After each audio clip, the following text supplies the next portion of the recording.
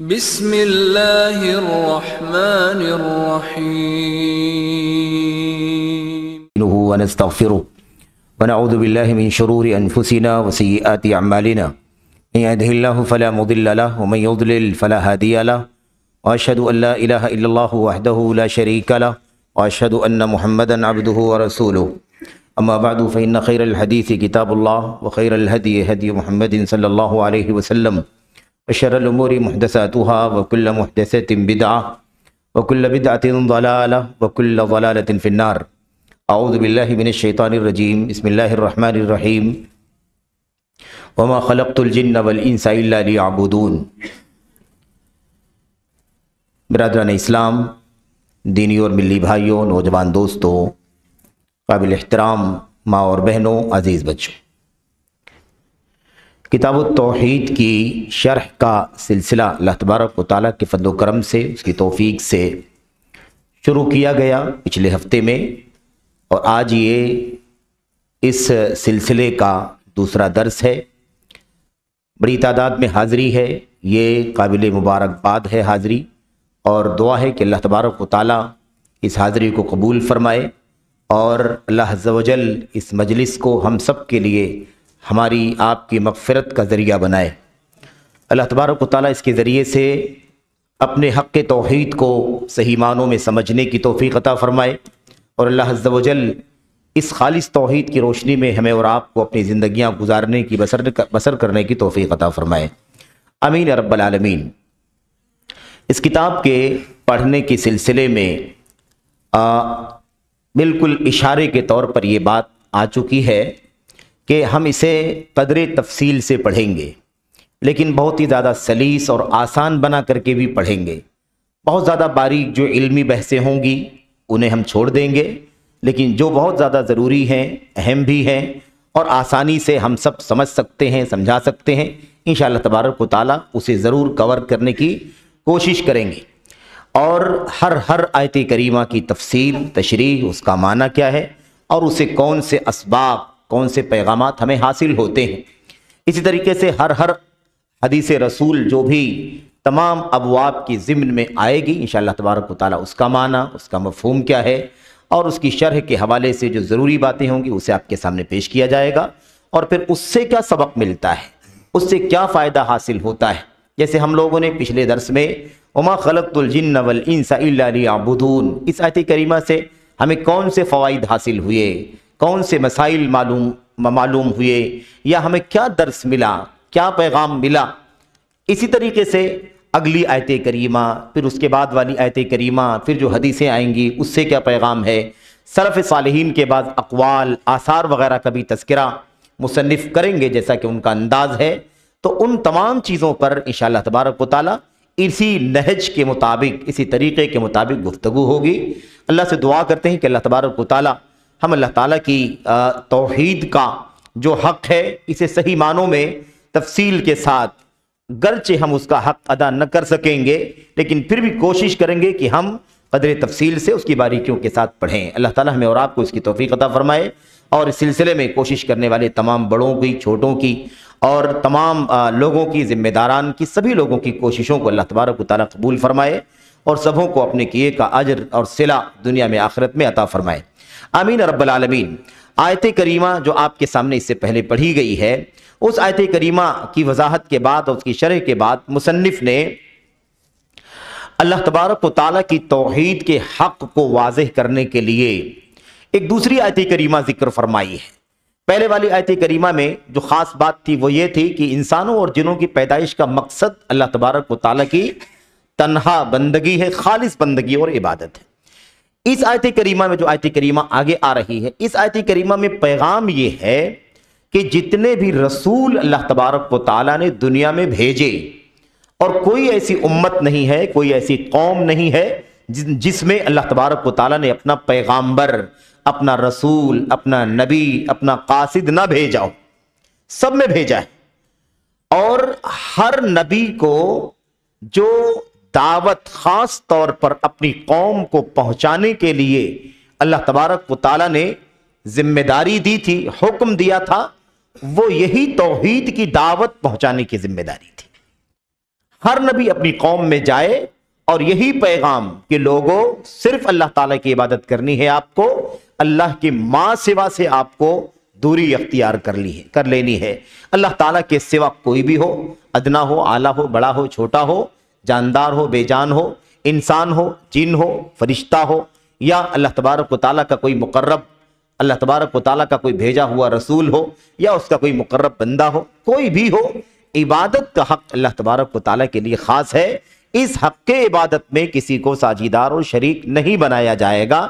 یہی دعوت ہر نبی کو اللہ تبارک و تعالیٰ نے اپنی اپنی قوم کو پہنچانے کی ذمہ داری دی۔ یہ ثابت کرنے کے لیے اگلی والی آیت کریمہ آ رہی ہے۔ اللہ تبارک و تعالیٰ فرماتا ہے وَلَقَدْ بَعَثْنَا فِي كُلِّ أُمَّةٍ رَسُولًا أَنِ اعْبُدُوا اللَّهَ وَاجْتَنِبُوا الطَّاغُوتَ۔ پہلے والی آیت کریمہ میں ایک بات اور بھی آپ ذہن میں رکھیں کہ اس میں اللہ نے یہ بتایا ہے کہ انسانوں جنوں کی پیدائش کا مقصد کیا ہے، صرف اور صرف میری عبادت کریں۔ ایسے بھی یہ بات واضح ہو جاتی ہے کہ صرف میری عبادت کرنی ہے، میرے سوا کسی کی عبادت نہیں کرنی ہے، اور میرے سوا میں کوئی بھی ہو سکتا ہے، کوئی بھی ہو سکتا ہے، کچھ بھی ہو سکتا ہے، چھوٹا بھی ہو سکتا ہے، بڑا بھی ہو سکتا ہے، کمزور بھی ہو سکتا ہے، طاقتور بھی ہو سکتا ہے، کچھ بھی ہو سکتا ہے، تو اس کی عبادت نہیں کرنی ہے۔ اس میں آ گیا اشارے کے طور پر صرف میری کرنی ہے، یعنی اللہ کی سوا کسی اور کی نہیں کرنی۔ لیکن آگے اس آیت کریمہ میں اللہ تبارک و تعالیٰ اس بات کی بھی وضاحت کر رہا ہے کہ اللہ ہی کی عبادت کرنی ہے، اللہ کے سوا کس کی عبادت نہیں کرنی، اس کی بھی وضاحت آ رہی ہے۔ اس سے یہ بات بھی ہمیں معلوم پڑ رہی ہے، یہ سبق میں مل رہا ہے کہ کسی بھی چیز کے دونوں پہلوؤں کی وضاحت کرنا ضروری ہے۔ ایک جو چیز مثبت ہے، پازیٹیو ہے، اسے بھی واضح کرنا ضروری ہے، گرچہ پازیٹیو واضح ہونے کے بعد جتنی بھی چیزیں باقی بچتی ہیں سب نیگیٹو میں آتی ہیں، یہ واضح ہو جاتا ہے سرسری طور پر، لیکن نہیں، قرآن کا انداز یہ بتلاتا ہے کہ پازیٹیو کی وضاحت کے بعد جو اس کا نیگیٹو ہے، مثبت کے علاوہ جو اس کے مقابل میں اس کی ضد جو منفی ہے، اس کی بھی وضاحت کرنا ضروری ہے، تاکہ کسی بھی طرح کی پیچیدگی باقی نہ رہے، کسی بھی طرح کی الجھن باقی نہ رہے۔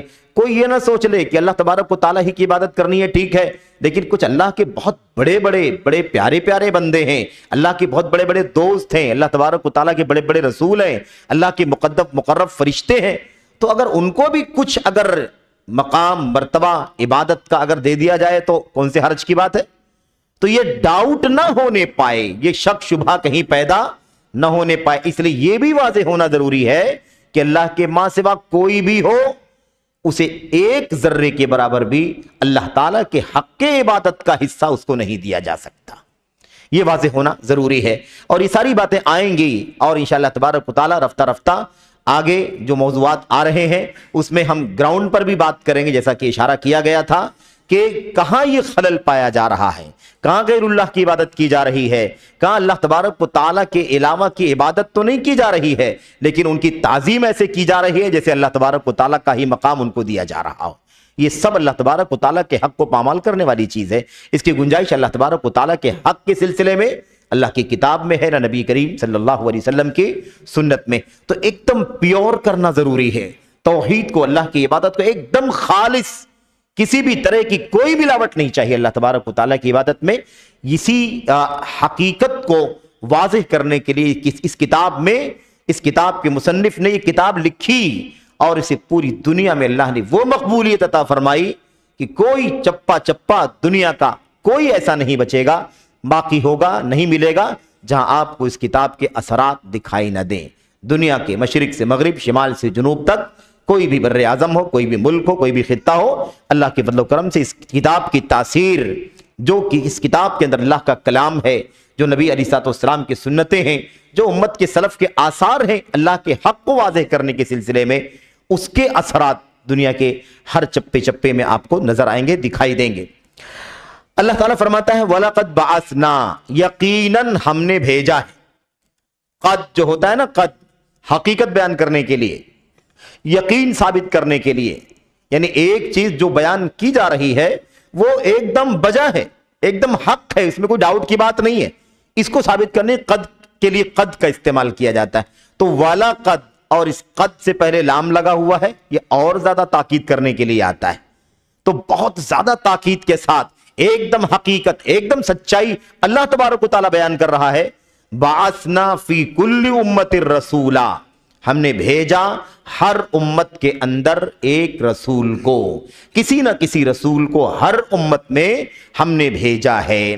اب یہاں پر اچھا آیت کریمہ کا ترجمہ ہو جائے، آگے اللہ فرماتا ہے ان اعبدوا اللہ، اور ہر امت میں رسول بھیجا ہے، ہر رسول کو یہ حکم دے کر کے بھیجا ہے کہ وہ اپنی امت سے، اپنی قوم سے یہ بات کہے کہ اے میری قوم کے لوگوں، اے میری امت کے لوگوں، اعبدوا اللہ، اللہ تبارک و تعالیٰ کی عبادت کرو، واجتنبوا الطاغوت، اور طاغوت سے اجتناب کرو، طاغوت سے پرہیز کرو، طاغوت سے دوری اختیار کرو، طاغوت سے الگ تھلگ ہو جاؤ۔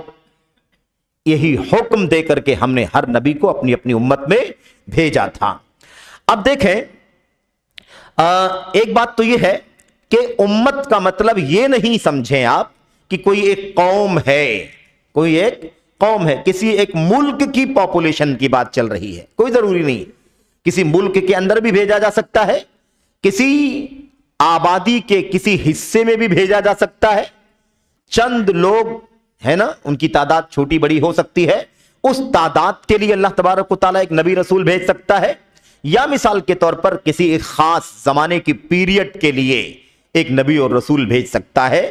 تو اللہ تبارک و تعالیٰ فرماتا ہے ہم نے ہر امت میں، تو ہر امت سے مراد امت بھی ہے، قوم بھی ہے، چھوٹی تعداد ہو بڑی تعداد ہو، زمانہ بھی ہے، اور ایک محدود تعداد کے اندر کوئی گروہ بھی ہو سکتا ہے، اللہ تبارک و تعالیٰ نے اس میں بھی رسول بھیجا ہو، یہ سب اس کے اندر شامل ہے۔ کیونکہ امت کا معنی جو علماء نے کیا ہے اس کا مطلب ہوتا ہے کوئی بستی، کوئی صدی، کوئی دور، کوئی علاقہ، کوئی زمانہ، یہ سارے معنی لیے گئے ہیں کس کے؟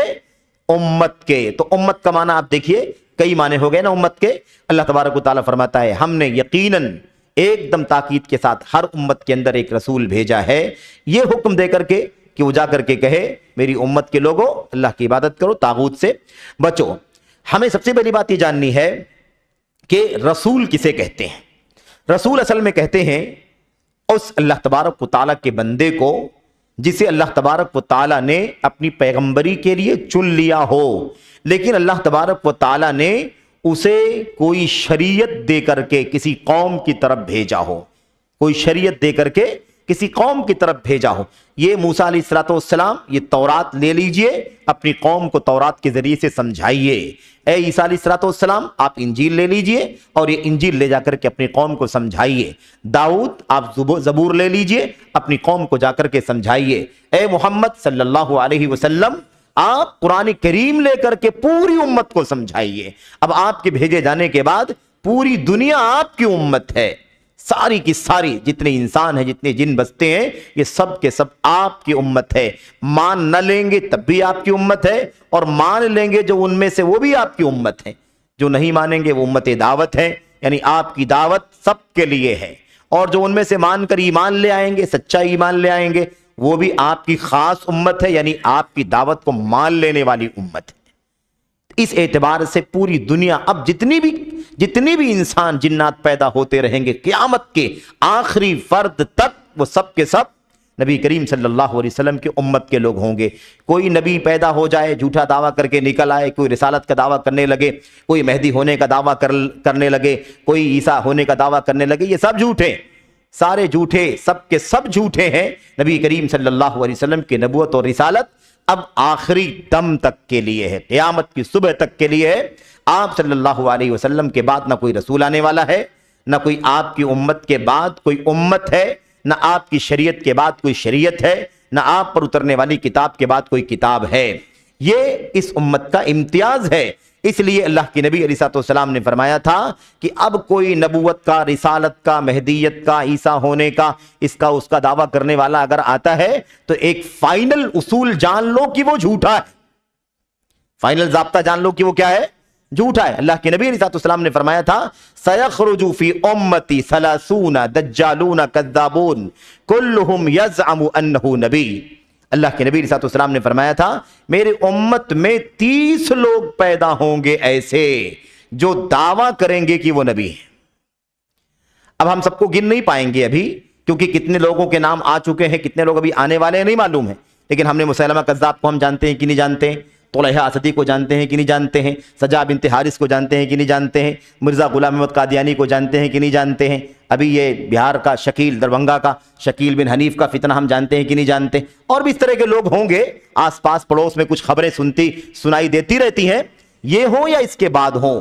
اللہ کے نبی نے فرمایا میری امت میں 30 دجال جھوٹے پیدا ہوں گے، 30 جھوٹے پیدا ہوں گے، اور وہ دجال ہوں گے۔ دجال کے معنی ہوتے ہیں فریب دینے والا، دھوکہ دینے والا، ایسا کچھ کرتب اور کرشمہ دکھا کر کے، یا ایسا کچھ تام جھام کر کے، یا ایسا کچھ ہیلا بہانہ کر کے، یا ایسے کچھ شبہات پیدا کر کے لوگوں کو دھوکے میں ڈال دے، لوگوں کو بہکا لے جائے، لوگوں کو ورغلا لے جائے، لوگوں کو اپنی بات سے کنونس کر لے جائے، اس کو کہتے ہیں دجل کرنا، اور ایسا کرنے والے کو دجال کہا جاتا ہے، بہت بڑا فریب دینے والا۔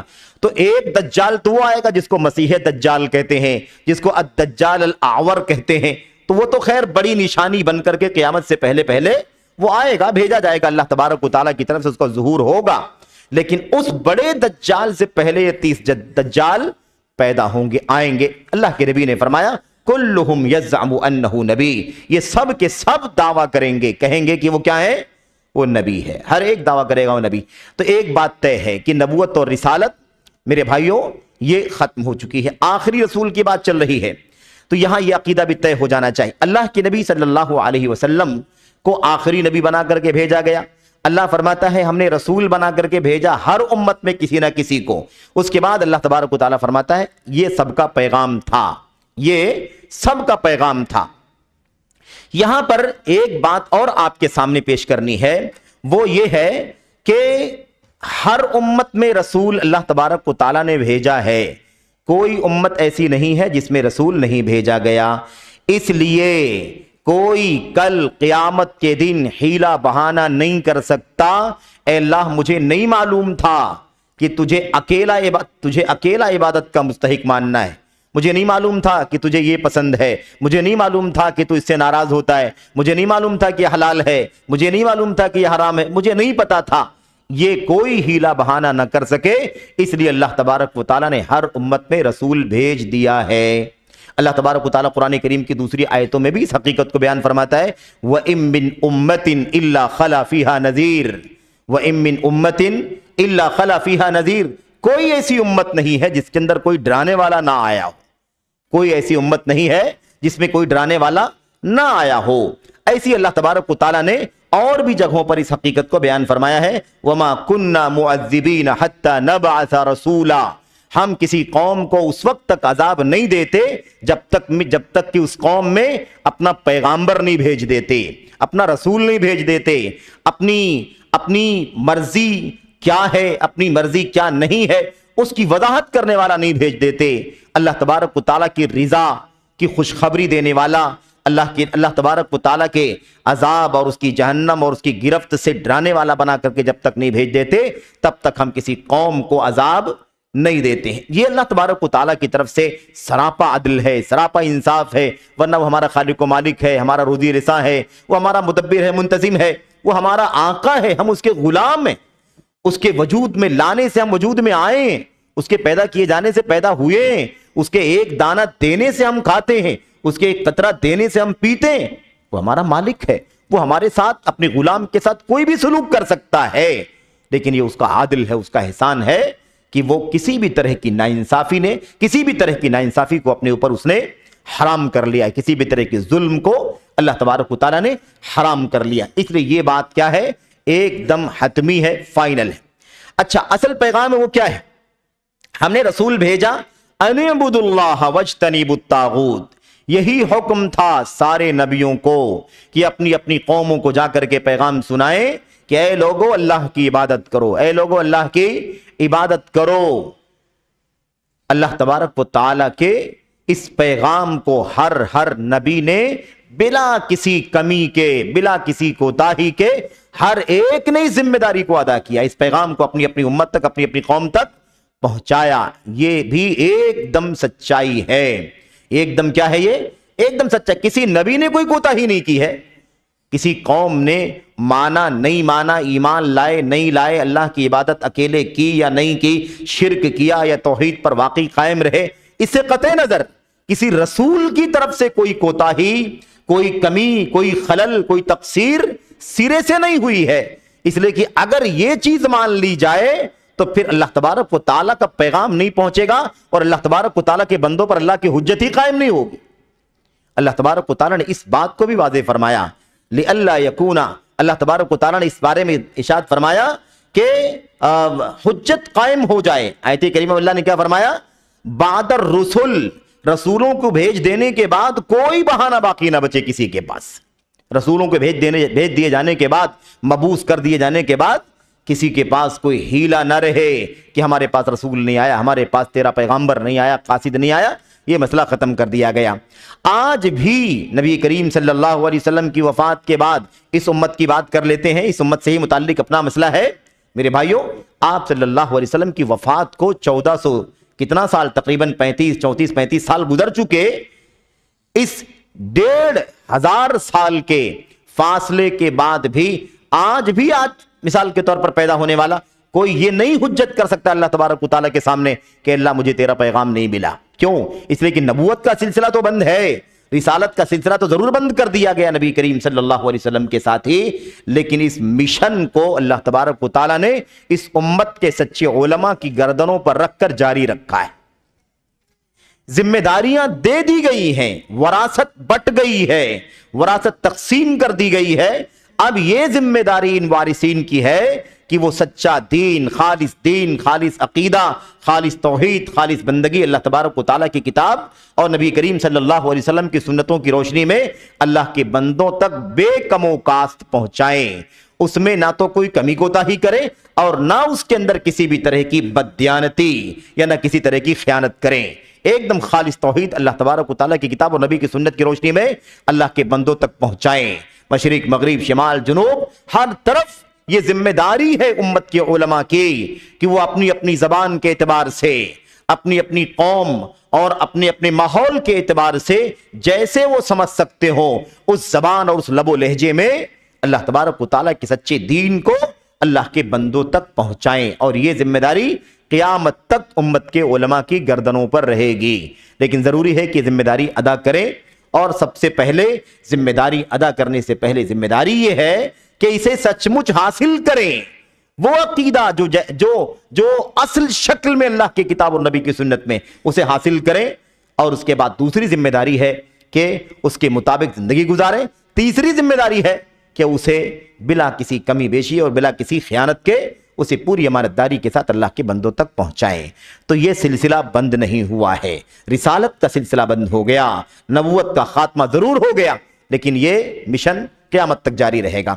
اللہ تبارک و تعالیٰ فرماتا ہے، اچھا جب کہا گیا اللہ تبارک و تعالیٰ کی عبادت کرو تو اس کا مطلب ہوتا ہے عبادت صرف اور صرف اللہ کی کرو، یعنی افراد بالعبادہ، اللہ کی عبادت کرو، یعنی اللہ تبارک و تعالیٰ کو اپنی تمام عبادات میں منفرد بناؤ، اکیلا حقدار بناؤ۔ اسی لیے وحد اللہ کا معنی اعبد اللہ وحدہ یا وحد اللہ تبارک و تعالی، اللہ تبارک و تعالیٰ کی تنہا عبادت کرو، عبادات ساری کی ساری اللہ تبارک و تعالیٰ کے لیے خاص کر دو، کوئی بھی ساجیداری، کوئی بھی شرکت اللہ تبارک و تعالیٰ کی اس حق عبادت میں کسی اور کی نہ ہو۔ یہ اللہ تبارک و تعالیٰ کے کلام کا معنی ہے۔ اچھا اس کے بعد جو اگلا ٹکڑا ہے وَاجْتَنِبُوا الطَّاغُوتَ، وَاجْتَنِبُوا الطَّاغُوتَ، طاغوت سے بچو۔ طاغوت کیا ہے؟ طاغوت کیا ہے اسے بھی ہمیں سرسری طور پر سمجھ لینا ہے، اور یہ طاغوت جس سے بچنے کا، جس سے اجتناب کرنے کا، جس سے پرہیز کرنے کا اللہ تبارک و تعالیٰ نے حکم دیا ہے، یہ بہت ہی بنیادی حکم ہے۔ اسی طاغوت سے بچنے کے حکم پر اگر امت کے لوگ، کسی بھی قوم کے لوگ، کسی بھی امت کے لوگ اگر عمل کرنے لگیں، طاغوت سے اجتناب کر لیں، طاغوت سے بچ جائیں، طاغوت سے دوری اختیار کر لیں، تو اللہ تبارک و تعالیٰ کی عبادت کا جو حکم ہے ان اعبدوا اللہ، وہ صحیح معنوں میں حاصل ہو جائے گا، صحیح معنوں میں وہ حق ادا ہو جائے گا۔ اللہ تبارک و تعالیٰ کا حق عبادت کا اس وقت تک ادا نہیں ہوگا جب تک کہ طاغوت سے اجتناب نہ کیا جائے۔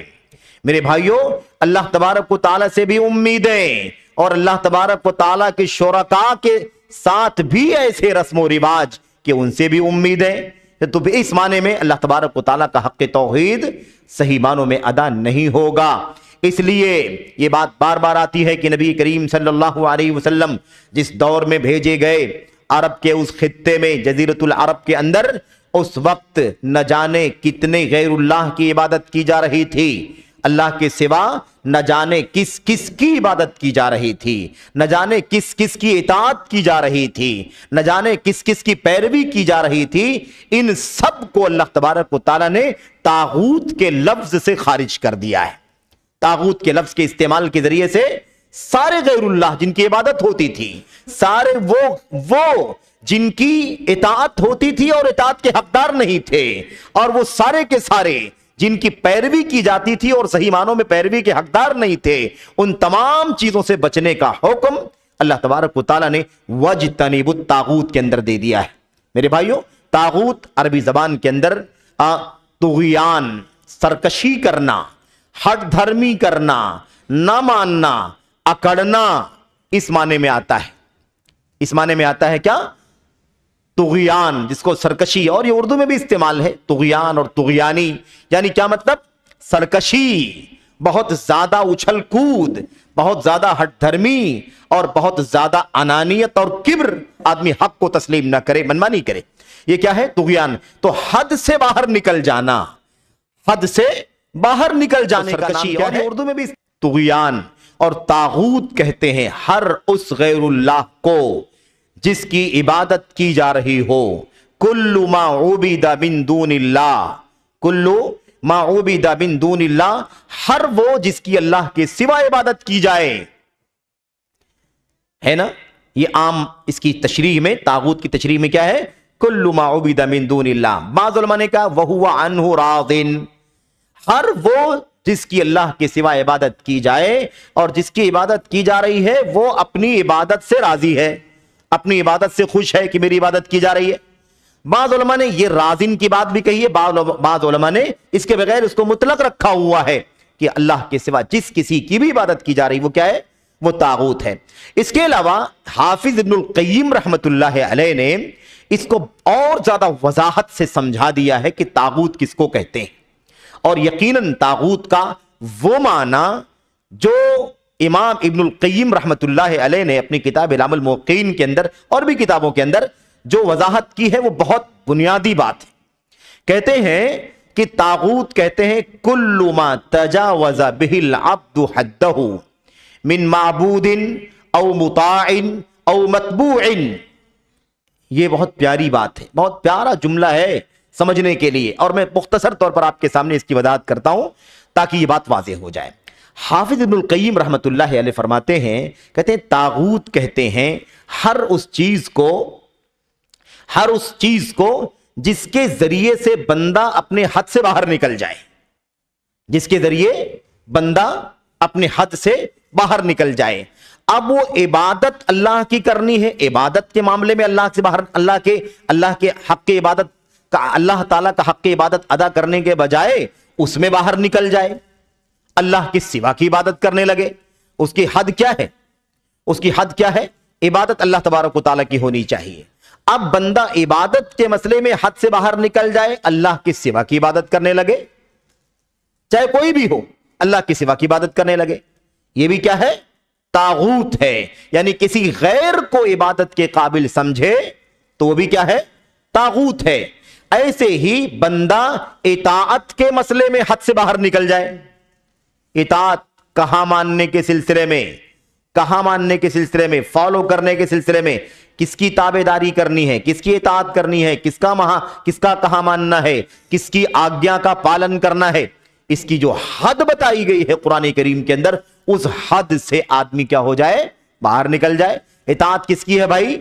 اللہ تبارک و تعالیٰ کی اطاعت ہے، اس کے رسول صلی اللہ علیہ وسلم کی اطاعت ہے، مستقل اطاعت اللہ تعالیٰ کی ہے اور اس کے رسول صلی اللہ علیہ وسلم کی ہے۔ یہ بات بار بار ذہن میں رہے کہ مستقل اطاعت بلا کسی ٹرم کے، کنڈیشن کے، رول ریگولیشن، کسی شرط کے، مطلق طور پر اگر کسی کی اطاعت کرنی ہے بندے کو، کہاں ماننا ہے، حکم بجا لانا ہے، آگیا کا پالن کرنا ہے، تو صرف اور صرف اللہ تبارک و تعالی کی اطاعت اور اس کے رسول صلی اللہ علیہ وسلم کی اطاعت۔ اس کے علاوہ اگر کوئی اطاعت ہے تو وہ اطاعت اللہ کی اطاعت اور اس کے رسول کی اطاعت کے انڈر ہے۔ اس کے علاوہ جو اطاعت ہے وہ اطاعت کیسی ہے؟ اللہ تبارک و تعالیٰ کی اطاعت کے نیچے، اس کے رسول صلی اللہ علیہ وسلم کے اطاعت کے نیچے، یعنی اس کا کہا کب مانا جائے گا؟ جب اس کی بات اللہ کی بات کے مطابق ہو اور اس کی بات نبی کریم صلی اللہ علیہ وسلم کی بات کے مطابق ہو، یعنی مستقل طور پر کوئی اطاعت کے قابل نہیں ہے سوائے اللہ تبارک و تعالیٰ کے اور اس کے رسول صلی اللہ علیہ وسلم کے۔ اب یہ حد ہے، اطاعت کی حد کیا ہے؟ اللہ کا کہا مانا جائے مستقل اور اس کے رسول صلی اللہ علیہ وسلم کا کہا مانا جائے۔ اب اگر کوئی آدمی اطاعت کے مسئلے میں مطلق طور پر اسے باہر نکل جائے، اس سے کیا ہو جائے؟ باہر نکل جائے، تو وہ اطاعت کے مسئلے میں حد سے تجاوز کرنے والا ہے۔ اطاعت کے مسئلے میں، کہا ماننے کے مسئلے میں حد سے باہر نکل جانے والا ہے۔ یہ بھی کیا مانا جائے گا؟ یہ بھی طاغوت مانا جائے گا۔ تیسری چیز متبوع کہا، پیروی کرنا، جس کے قدم قدم چلنا، جس کے نقش قدم کی پیروی کرنا، جس کے پیچھے پیچھے چلنا، اس کا بھی ضابطہ ہے۔ نبی کریم صلی اللہ علیہ وسلم مطلق طور پر متبوع ہیں، مطلق طور پر یعنی بلا کسی ٹرم کنڈیشن کے، پوری انسانیت کے لیے صرف اور صرف محمد الرسول اللہ صلی اللہ علیہ وسلم ہیں جو مطلق طور پر قابل اتباع ہیں۔ ایک بات یاد رکھیں، اطاعت کا لفظ کہاں ماننے کے معنی میں ہے، اس لیے اطاعت کا لفظ اللہ تعالیٰ نے اپنے لیے بھی استعمال کیا اور اپنے رسول صلی اللہ علیہ وسلم کے لیے بھی استعمال کیا، لیکن اتباع کا لفظ اللہ تبارک و تعالیٰ نے اپنے لیے استعمال نہیں کیا۔ کیوں؟ اس لیے کہ اتباع پیچھے پیچھے چلنے کو کہا جاتا ہے، قدم قدم کی پیروی کرنے کا نام ہے۔ تو اللہ تبارک و تعالیٰ کا تو کہاں مانا جائے گا؟ اللہ تبارک و تعالیٰ کے پیچھے پیچھے قدم قدم تو نہیں چلنا ہے بھائی، اور اس کی تعلیمات ہیں، اس کی ہدایات ہیں، اسے فالو کرنا ہے، لیکن آئیڈیل کے طور پر جس کے نقش قدم کو فالو کرنا ہے وہ صرف اور صرف محمد الرسول اللہ صلی اللہ علیہ وسلم ہے۔ شیخ الاسلام ابن تیمیہ رحمۃ اللہ علیہ نے یہ بات کہی ہے اہل الحدیث کے سلسلے میں۔ کس کے سلسلے میں؟ اہل الحدیث، چاہے وہ اہل الحدیث محدثین کرام ہوں، محدثین کرام ہوں، بخاری، مسلم، ابو داؤد، نسائی، ترمذی، ابن ماجہ، دارمی، بیہقی وغیرہ، چاہے یہ محدثین ہو یا اللہ کے نبی کی حدیثوں پر، سنتوں پر اپنی جان سے زیادہ محبت کر کے اس پر عمل کرنے والے ہوں۔ عمل کرنے والے بھی اہل الحدیث ہیں، لکھنے والے بھی اہل الحدیث ہیں، اس کو پڑھنے والے بھی اہل الحدیث ہیں، اس کی شرح کرنے والے بھی اہل الحدیث ہیں، اس کی دعوت دینے والے بھی اہل الحدیث ہیں، اس کے اوپر آنے والے حملوں کا دفاع کرنے والے بھی اہل الحدیث ہیں، اس کا ڈیفنس کرنے والے بھی اہل الحدیث ہیں، اس کے اندر خرد برد اور کمی بیشی داخل کرنے والے، اس کے خلاف چالیں چلنے والوں کے خلاف کھڑے ہونے والے بھی کون ہیں؟ یہ بھی اہل الحدیث ہیں۔ تو اہل الحدیث کا لفظ صرف اور صرف روایت کرنے والوں کا نام نہیں ہے، اہل الحدیث ایک مشن کا نام ہے۔ حدیث پڑھنا، پڑھانا، لکھنا، سیکھنا، سکھانا، دعوت دینا، دفاع کرنا، عقیدے، عمل، عبادات، معاملات، اخلاق، ہر مسئلے میں اللہ کی نبی علیہ السلام کی حدیث کو فالو کرنا اور اس کی تلاش کرنا اور اس کی دعوت دینا، یہ سب کیا ہے؟ اہل الحدیثیت ہے، یہ اہل حدیثیت ہے۔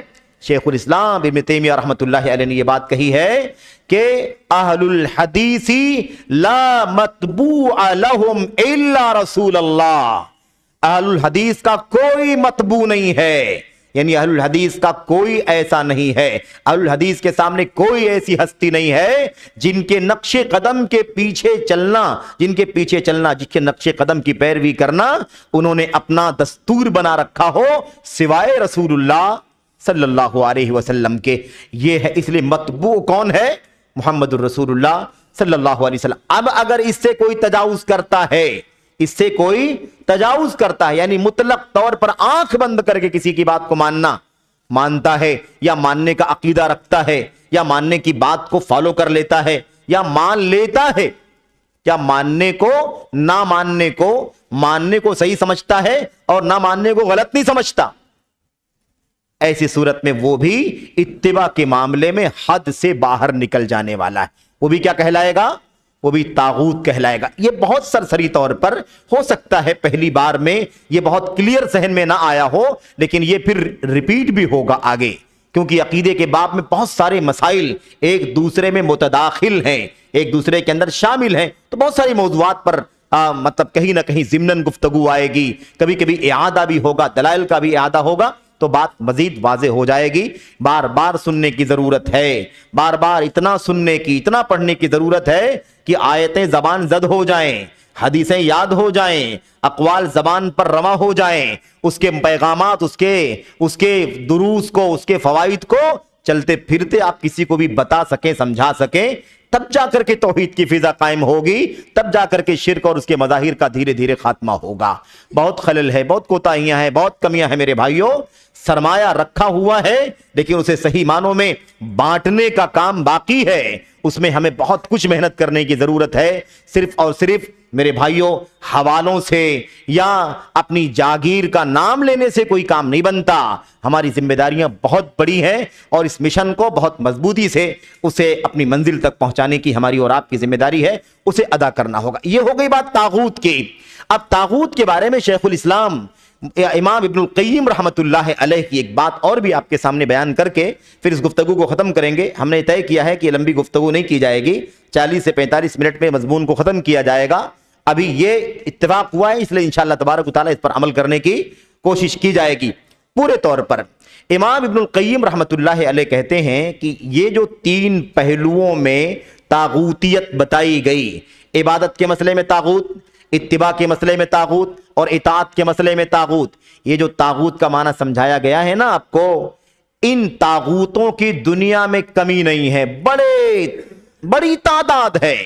والطواغیت کثیرہ، کہتے ہیں طواغیت بہت سارے ہیں، طاغوتوں کی بڑی کثرت ہے، نہ جانے کس کس غیر اللہ کی عبادت کی جا رہی ہے، طاغوت ہے کہ نہیں طاغوت ہے، نہ جانے کس کس اللہ اور اس کے رسول کے علاوہ کی اطاعت کی جا رہی ہے، طاغوت ہے کہ نہیں طاغوت ہے وہ، ایسے نہ جانے کس کس رسول کریم صلی اللہ علیہ وسلم کے علاوہ کو مطلق طور پر قابل اتباع بنا لیا گیا ہے، وہ سب طاغوت ہیں کہ نہیں طاغوت ہیں؟ یہ سب کون ہیں؟ طاغوت ہیں۔ تو طواغیت کی نہ جانے کتنی تعداد ہے، بڑی کثرت ہے، لیکن امام ابن القیم رحمۃ اللہ علیہ کی وہ بات یہاں پر بیان کر کے گفتگو ختم کرتا ہوں جو انہوں نے کہا ہے، لیکن رؤوس الطواغیت 5، جو طواغیت میں، طاغوتوں میں بڑے بڑے طاغوت ہیں، ہے نا، سرغنا جن کو کہا جاتا ہے، بڑے بڑے، وہ 5 طاغوت ایسے ہیں جو رؤوس الطواغیت کہلاتے ہیں۔ اور اس بات کو بھی امام ابن القیم رحمۃ اللہ علیہ نے اپنی کتاب اعلام الموقعین کے اندر نقل فرمایا ہے۔ اعلام الموقعین کے اندر یہ بات انہوں نے کہی ہے کہ بڑے بڑے طاغوت دنیا میں کتنے ہیں؟ 5 ہیں، گنو انگلیوں پر۔ نمبر 1، پہلا طاغوت کون ہے؟ کوئی بتائے پہلا طاغوت کون ہے؟ اگر ہم پہلے طاغوت کو نہیں جانتے ہیں، الٹیمیٹلی جاننے کی ضرورت ہے، اگر ہم نہیں جانتے ہیں تو بہت بڑا مسئلہ ہے اپنے آپ میں کہ اتنے بڑے طاغوت کو نہیں جانتے، اور وہ طاغوت ساتھ میں رہتا ہے ہمارے، شیطان لعین ابلیس۔ کون ہے وہ؟ ابلیس۔ یہ 5 طاغوتوں میں سب سے بڑا طاغوت ہے، ٹھیک ہے؟ تو اب اس کا کیا کام ہے بھائی؟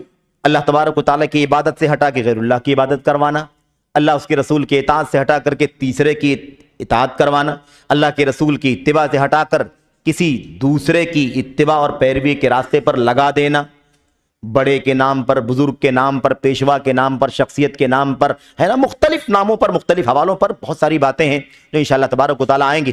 تو کیا کہا؟ سب سے بڑا 5 طاغوتوں میں سب سے بڑا طاغوت کون ہے؟ ابلیس لعین ہے۔